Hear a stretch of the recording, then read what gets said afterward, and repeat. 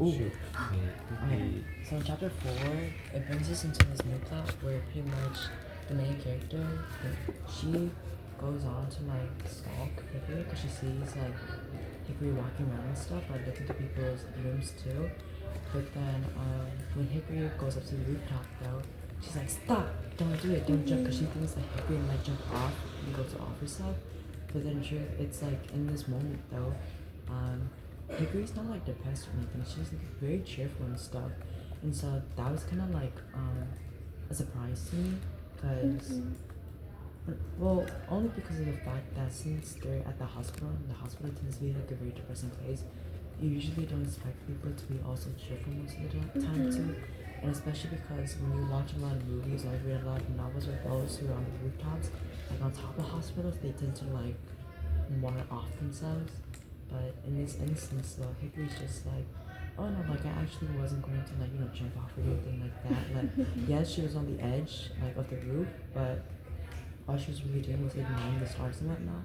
And I find it kind of like sweet too in a way that it was like a bond between her and the main character, and how they really had that moment to just be together and alone.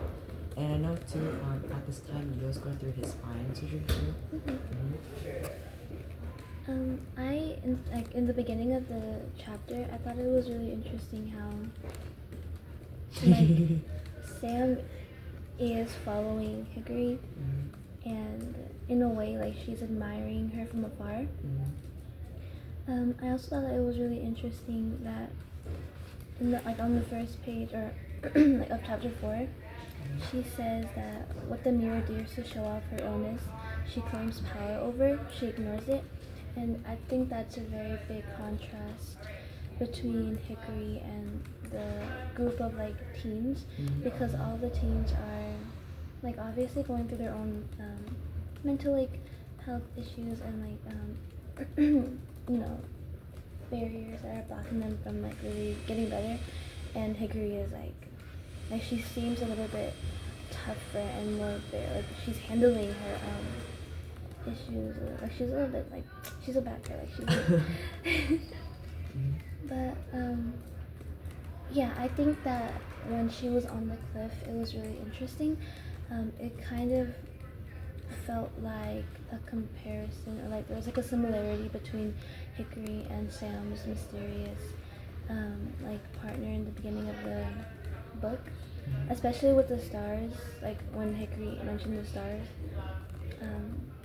it kind of felt like she was insinuating something. Like there was just some kind of connection, and I feel like Sam must have been going through a lot of fear and trauma when she was trying to stop Hickory from jumping and committing. Not to jump on anything, but then I think an interesting fact that we learned this chapter too is that Hickory loves to read a lot. Like although she does write time to time, she's like very poetic too.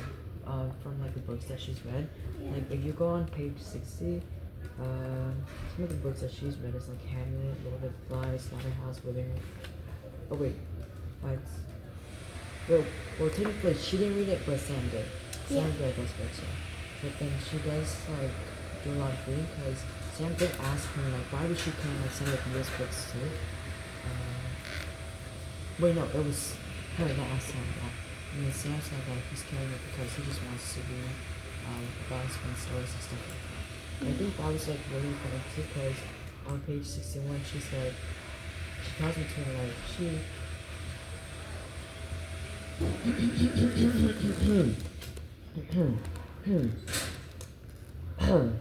but when she's speaking to him, I think Sam just gets to sort of like he infers that she's a writer because of the way that she speaks to him. Because when he says like, "Oh, you're a writer," she says she's more of a reader, and that Hannah was like her worst influence.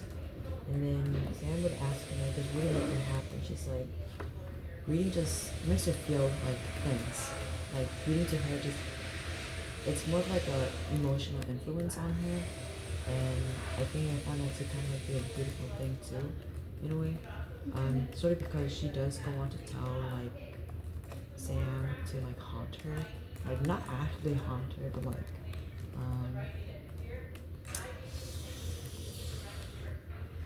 oh, stop there. No, I agree. I think the Hickory is super theatrical.